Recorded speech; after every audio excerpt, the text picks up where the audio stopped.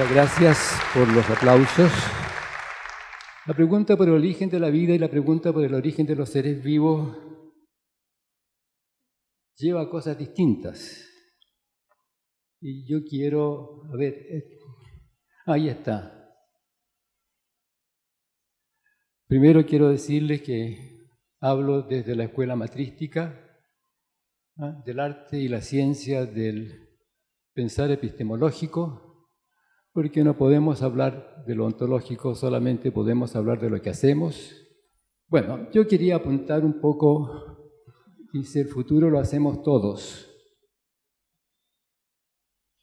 Pero el futuro no existe, porque va a venir después, y el pasado tampoco. Si yo les pregunto qué hicieron ayer, van a recurrir a su reflexión ahora. Y si les pregunto qué van a hacer mañana, van a recurrir a su reflexión ahora. Existimos en un presente cambiante, continuo. O sea, solamente podemos hablar del presente. En algún momento, cuando por allá por el año 60, yo estaba haciendo clase en la Facultad de Medicina y hablaba del origen de los seres vivos.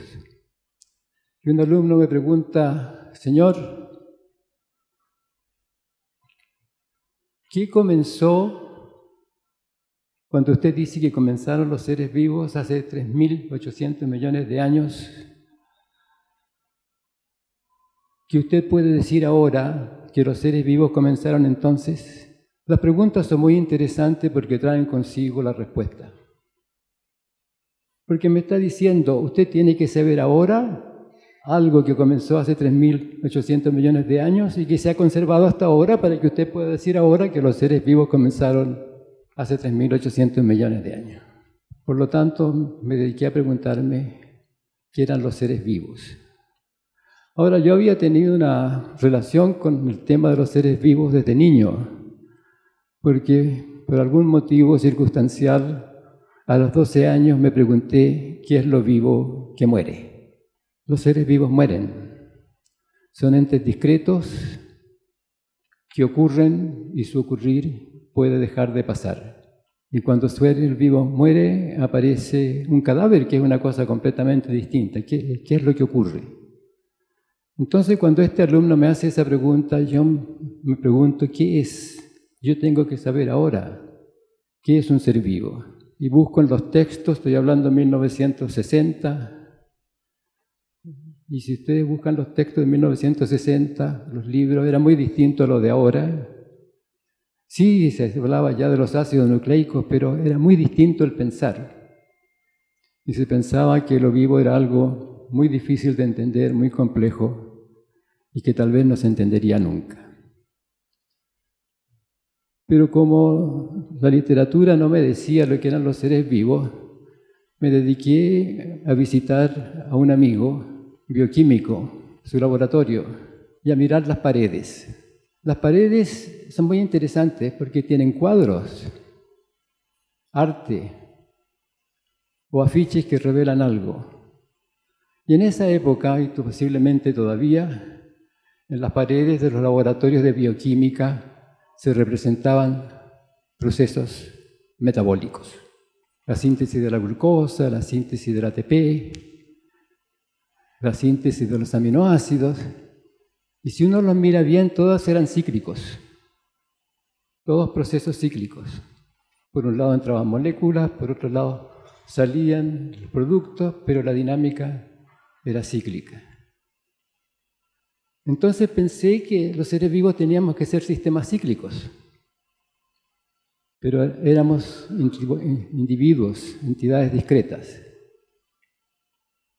Y en esa reflexión me acordé de algo que yo aprendí cuando chico, un juego que es un experimento muy famoso de Langmuir, que consiste en que si ustedes tienen una paila con agua y espolvorean talco y tocan con un dedito una gota de aceite y con ese dedito tocan el medio de la paila en el medio del talco que flota, ¿qué sucede?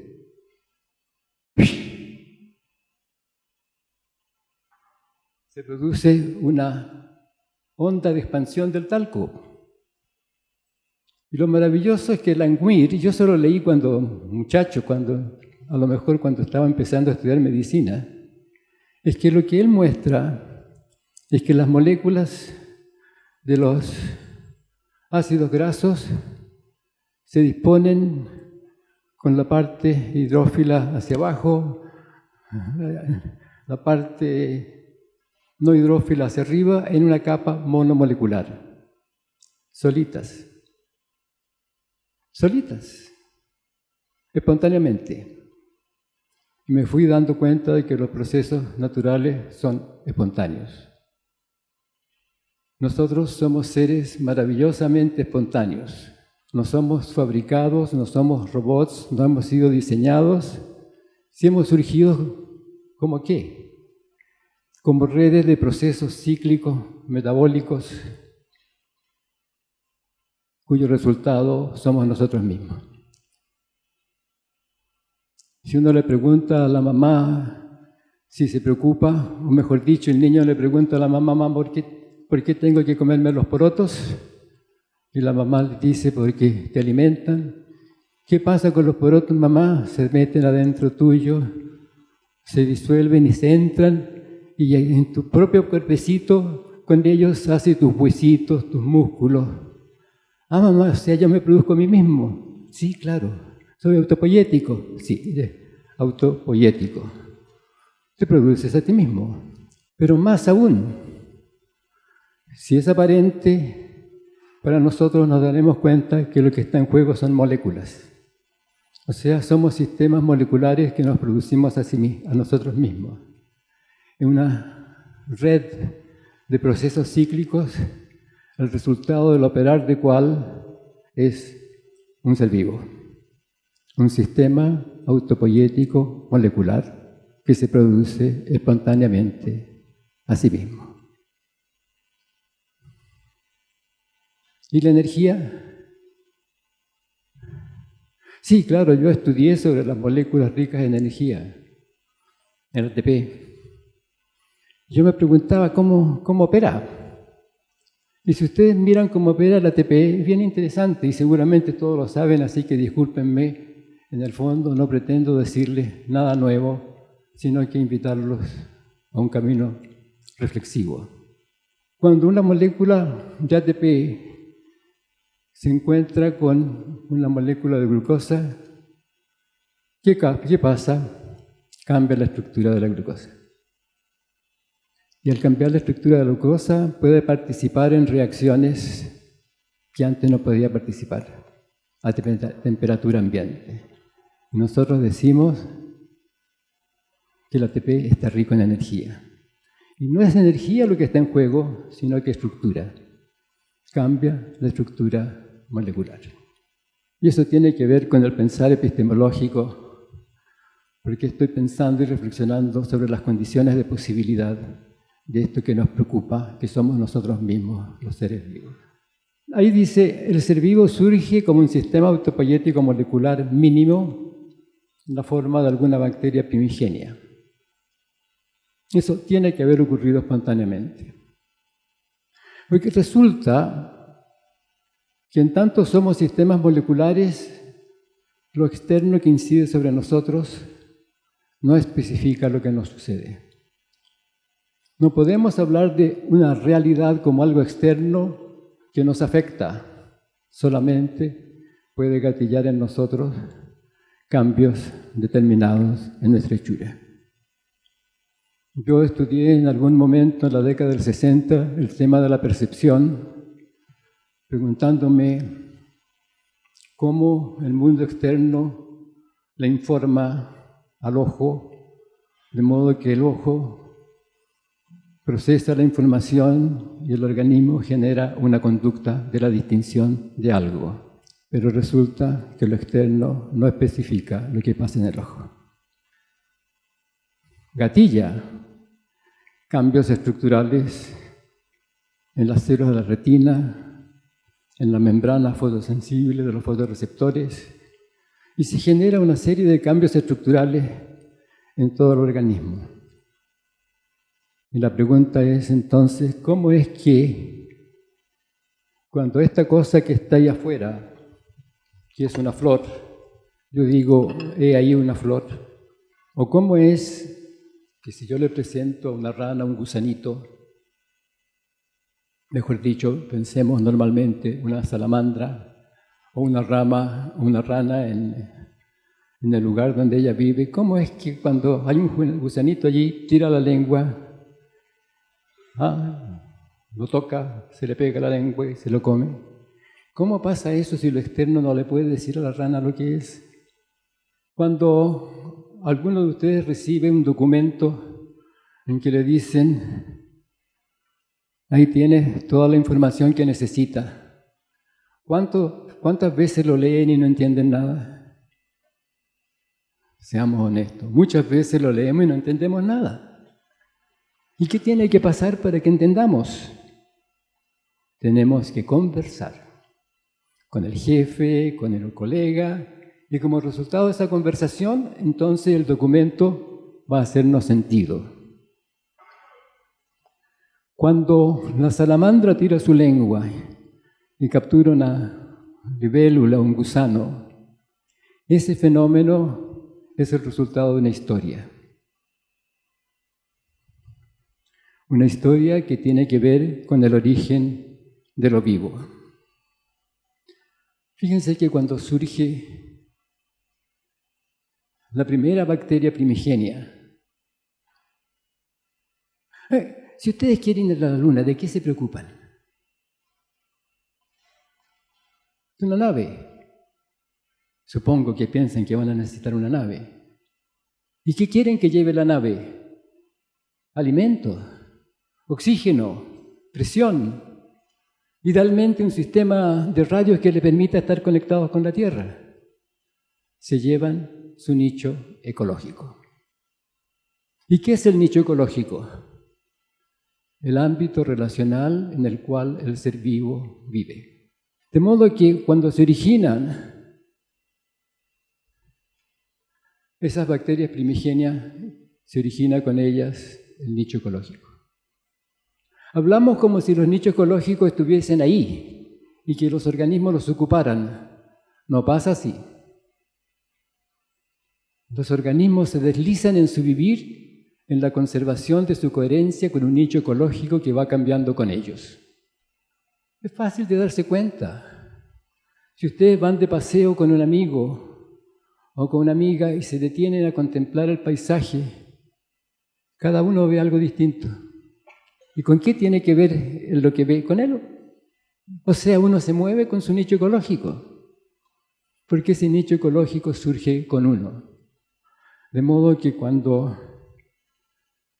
surgen los seres vivos, se constituye una unidad ecológica, organismo nicho. Lo que surge en la Tierra en algún momento, en los miles de años de la época de los 3.800 millones de años, en que podemos decir que surgieron los seres vivos, porque podemos hablar de fósiles de bacterias mínimas. Lo que surge no es un ser vivo, no es un organismo aislado, es un organismo y el nicho ecológico que lo hace posible. El nicho ecológico no es fijo, es cambiante. Todos ustedes son parte de mi nicho ecológico ahora, y yo del de ustedes, y lo que yo estoy diciendo también. Querámoslo o no, ustedes se van a ir de aquí diciendo, oh, qué interesante fue lo que dijo, o tantas estupideces que dijo en castellano que es tan hermoso. El nicho ecológico no tiene bordes finitos, no tiene membrana. El organismo sí, las células sí, porque es una unidad discreta en la producción de sí mismo. Pero la unidad ecológica, organismo nicho, también va surgiendo sí misma en la realización del vivir. Y el ser vivo vivirá en tanto surja con él o ella el nicho ecológico que lo hace posible. La unidad ecológica del organismo nicho es la forma de vivir de los seres vivos porque es la unidad operacional en que se realiza su autopoiesis molecular. No puede dejar de pasar.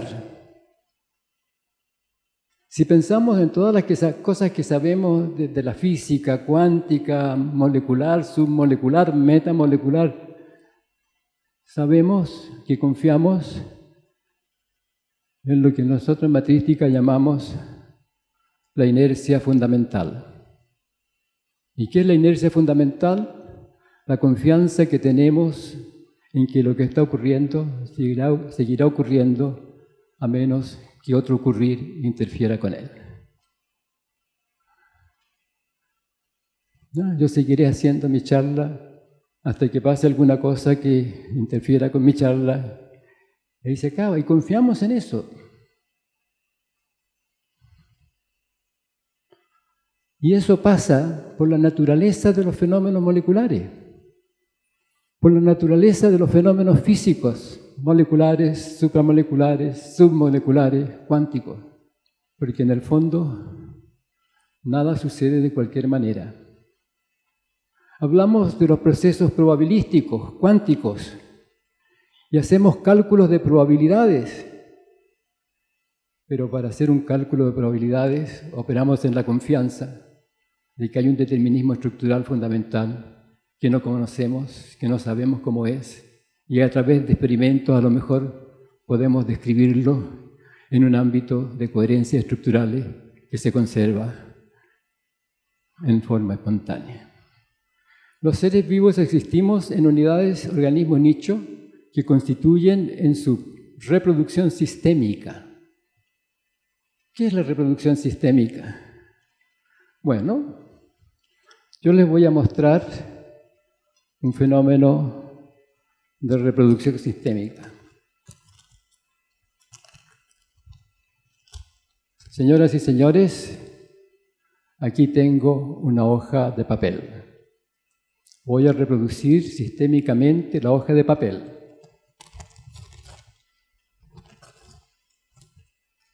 Señoras y señores, aquí tengo 2 hojas de papel. ¿Por qué digo reproducción sistémica? Porque se ha reproducido en la conservación de la hoja de papel, en la fractura, el espacio relacional en el cual esto es una hoja de papel, que son todos ustedes. Porque si yo digo, ¿qué es esto?, me van a decir una hoja de papel. ¿Y son iguales las 2 hojas de papel? En cuanto a hoja de papel, sí. Pero en cuanto a su contenido interno, no, porque había una escritura que está fracturada. En esta historia, los seres vivos existimos en unidades ecológicas, organismos nicho, que constituyen en su reproducción sistémica. Todavía no tiene que haber ácidos nucleicos, ninguna cosa de nuestra ocupación de los sistemas modernos, nuevos, del presente. Claro, son el resultado de una historia que no comienza, como dijo el primer orador, tiene que haber comenzado de muchas maneras distintas, y algunas de esas maneras se han conservado en reproducción sistémica y otras no, y nosotros pertenecemos en este instante, todos los seres vivos terrestres, posiblemente todos, y si no todos, a la misma historia de reproducción sistémica de una unidad cambiante, organismo nicho, en la formación de diversificación de linaje en reproducción sistémica desde hace 3.800 millones de años. Se dice, linajes de distintas formas de vivir que se entrelazan de manera armónica en una biosfera. ¿Y por qué me atrevo a hablar de una manera armónica? Porque no puede haber sido de otra manera. Los seres vivos somos conservadores.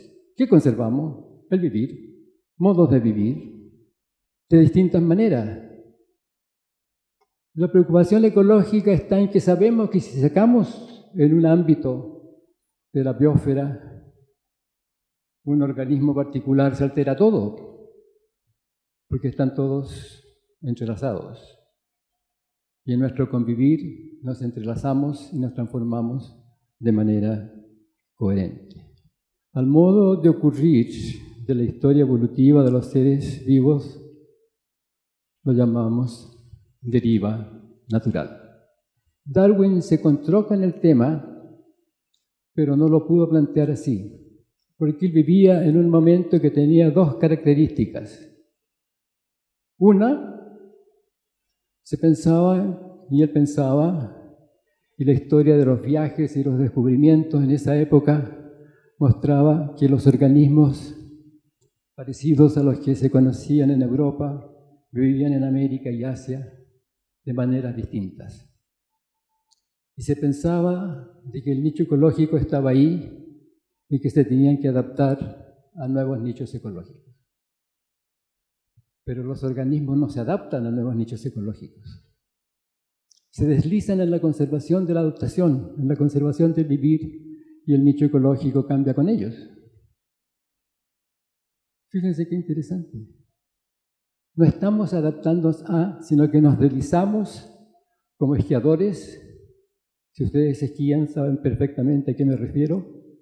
Uno se desliza por la ladera del cerro, conservando ¿qué?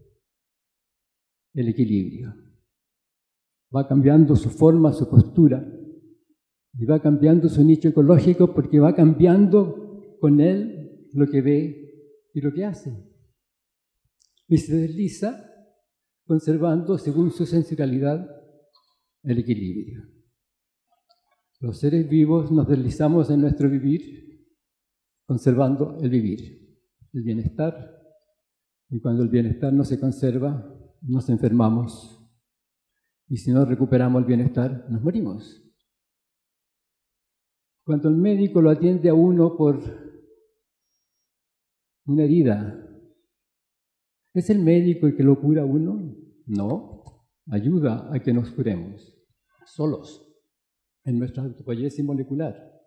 ¿Y qué hace? Modifica el ambiente, es decir, modifica el ámbito en el cual existimos, de modo que podamos deslizarnos en la conservación de nuestro nicho ecológico. Aquí en este dibujo podemos ver a un observador. Mi colega Jimena Dávila me dijo que estaba incompleto el observador porque era multisensorial, y tiene razón. Yo lo dibujé allí como un rostro mirando. ¿Y qué ve? Ve el interior, la dinámica interna, la fisiología. Y ve la dinámica relacional. Y aunque ahí no está indicado, ve también el medio en el cual el nicho ecológico se realiza y ve algo distinto. Para verlo tiene que dejar que éste lo muestre. ¿Cómo conocemos cómo vive un organismo cualquiera? Dejándolo vivir, mirándolo. Y ahí vemos su vivir y explicamos su vivir con las cosas que distinguimos. Y va cambiando junto, y cuando mi herida va cicatrizando, va todo cambiando, mi modo de moverme, lo que hablo, etc. Y el médico ayudó a que yo tuviese la posibilidad de realizar mi nicho ecológico